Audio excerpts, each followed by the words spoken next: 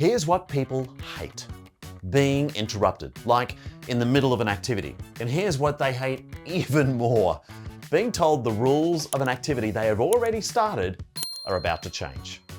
It breaks their focus. It feels unfair, and suddenly you're the bad guy, even if you're changing the rules to improve the activity.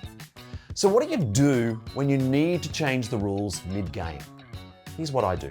Frame the activity from the beginning so it leaves open the possibility that something might change. Let me show you what I mean. Create a story that makes changes to the rules feel natural. For example, it could sound like, your group started with 20 minutes to complete this task, but because of all the over-talking, your imaginary oxygen tanks are now depleted, so you've only got 15 minutes left.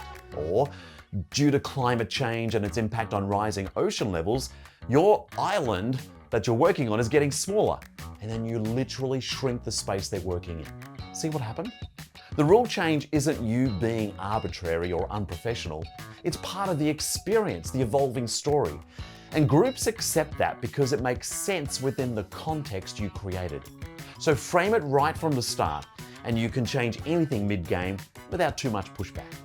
Now, I want to hear from you. What's your favorite rule change strategy?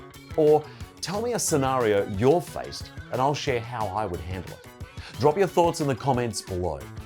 Oh, and finally, if you like this tip, can you do me a favor and like this video? Why not subscribe to our channel too for more lazy facilitator tips and activity ideas? Thank you so much for watching, and have fun out there.